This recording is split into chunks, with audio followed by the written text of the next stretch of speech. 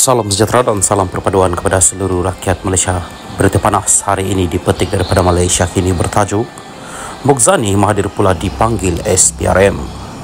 Berita penuh. Seorang lagi anak Dr. Mahathir Mohamad, Mokzani, turut dipanggil SPRM. Perkara itu disahkan oleh Ketua Pesuruhjaya SPRM Azam Baki kepada Berita Harian hari ini. Menurut laporan itu, Mokzani hadir ke ibu pejabat SPRM kira-kira jam 11 pagi tadi dan dipercayai berhubung pengisytiharan harta.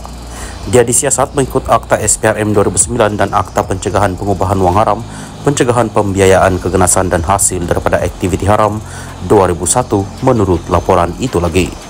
Menurut Sinar Harian pula, Mokzani disiasat berhubung kaitan pegangan sahamnya dalam syarikat berkaitan kerajaan JLC yang dikatakan mendapat lesen fabrikasi struktur cari gali sebuah syarikat gergasi petroleum negara ketika bapaknya menjadi Perdana Menteri. Terdahulu, abang kepada Mokzani, Mirzan, yang merupakan ahli perniagaan, diberi notis daripada SPRM untuk mengisytiharkan hartanya dalam tempoh 30 hari pada 18 Januari lalu. Dia turut hadir ke ibu pejabat SPRM pada hari yang sama. Dia disiasat berhubung maklumat dalam kertas Panama juga di bawah Akta SPRM 2009 dan AMLA TFPUAA. Sehari kemudian, Mahathir dalam hantaran di media sosial menempelak kerajaan yang menurutnya melakukan kezaliman terhadap musuh politik dan mendakwa anaknya diugut akan dipenjara 5 tahun jika mengambil tindakan yang dianggap bertentangan dengan dakwaan. Dalam sidang media khas pada 22 Januari lalu pula, dia menyifatkan notis itu sebagai tidak masuk akal kerana Mirzan perlu menjelaskan sumber aset yang diperolehnya sejak 42 tahun lalu dalam tempoh yang singkat. Salam sejahtera dan salam perpaduan kepada seluruh rakyat Malaysia terkini dari Mahkamah. Najib tak maklumkan Kabinet Bond AS 3.5 bilion dolar. Berita penuh. Seorang pegawai penyiasat SPRM memberi keterangan bahawa bekas Perdana Menteri Najib Razak tidak memaklumkan Kabinet mengenai terbitan bond 1MDB bernilai AS 3.5 bilion dolar.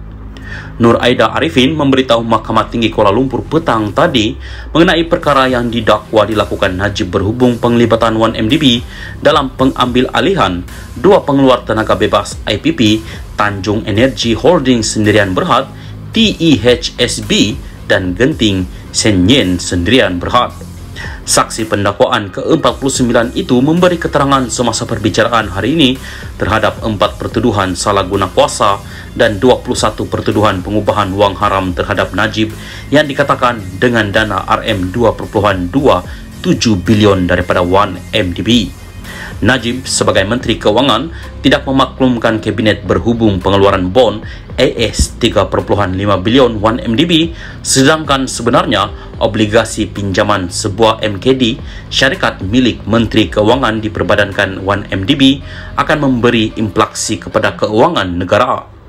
Kementerian Kewangan tidak mempunyai sebarang pengetahuan mengenai terbitan dua bond itu yang masing-masing bernilai AS 1.75 bilion untuk pemperolehan TEHSB dan Genting Senyen, kata Nur Aida kepada Hakim Perbicaraan Colin Lawrence Square. Berhubung bantahan oleh Peguam Bela Utama Muhammad Syafiee Abdullah mengenai dakwaan cakap dengar dan keterangan pendapat, Nur Aida memberi keterangan bahawa Najib didakwa menguruskan 1MDB menggunakan pendekatan top-down. Saksi itu mendakwa sisatannya menunjukkan perkara ini apabila Najib menandatangani dua resolusi bertulis yang dibentangkan dalam bentuk resolusi pekeliling pengarah DCR yang perlu ditandatangani oleh Lembaga Pengarawan MDB berhubung pemerolehan dana TEHSB dan Genting Senyen. Pengambil alihan IPP membentuk fasa kedua daripada 4 fasa yang didakwa berlaku antara 2011 dan 2014 dan didakwa mengakibatkan berbilion ringgit diseleweng daripada 1MDB. Bagaimanapun, disebabkan bantahan daripada Syafiee atas alasan cakap dengar, Square mengarahkan supaya sebahagian daripada bahagian keterangan Nur Aida mengenai bond itu digugurkan. Square juga mengarahkan pihak-pihak terlibat membuat hujahan lisan kemudian berhubung bantahan Syafiee mengenai keterangan pegawai penyiasat SPRM berhubung dakwaan pendekatan top-down. Persidangan Mahkamah Terbuka akan disambung semula pada 24 Januari. Najib dibicarakan atas 4 pertuduhan salah guna kuasa dan 21 pertuduhan pengubahan wang haram membabitkan Rm2.27 bilion daripada dana 1MDB. Bagi 4 pertuduhan salah guna kuasa, bekas ahli Parlimen Pekan itu didakwa melakukan kesalahan itu di Islamic Bank Berhad Cawangan Jalan Raja Chulan di Bukit Kelon, Kuala Lumpur antara 24 Februari 2011 dan 19 Disember 2014. Bagi 21 pertuduhan pengubahan wang haram, Najib dikatakan melakukan kesalahan itu di bank yang sama antara 22 Mac 2013 dan 30 Ogos 2013. Berikutan laporan CNN itu, meskipun isu menjatuhkan kerajaan masih diperbualkan, tetapi sejak semalam lebih ramai yang berminat untuk berspekulasi mengenai nasib Najib. Ada peluangkah Najib untuk dibebaskan? Sebahagian besar merasakan anak sulung Tun Razak itu mempunyai peluang cerah untuk dibebaskan, manakala segelintir yang lain masih menggapai peluangnya adalah 50-50. Ada pula yang mengakui mereka turut bermimpi berjumpa Najib dalam keadaan ceria dan tersenyum pada malam sebelum berita CNN dilaporkan media tempatan. Barangkali secara kebetulan, serentak dengan penularan berita mengenai laporan CNN itu, semalam juga Agong telah berkenan merasmikan Menara Merdeka 118 yang pembinaannya diilhamkan oleh Najib ketika beliau memegang jawatan Perdana Menteri. Menara canggih milik PNB itu mempunyai 118 tingkat dengan ketinggian 678.9 meter dan ia adalah bangunan kedua tertinggi di dunia selepas Burj Khalifa di Dubai 828 meter. Sebelum ini, Shanghai Tower dengan ketinggian 632 meter adalah menara kedua tertinggi di dunia. Selain itu, menara TRX satu lagi ilham daripada Najib.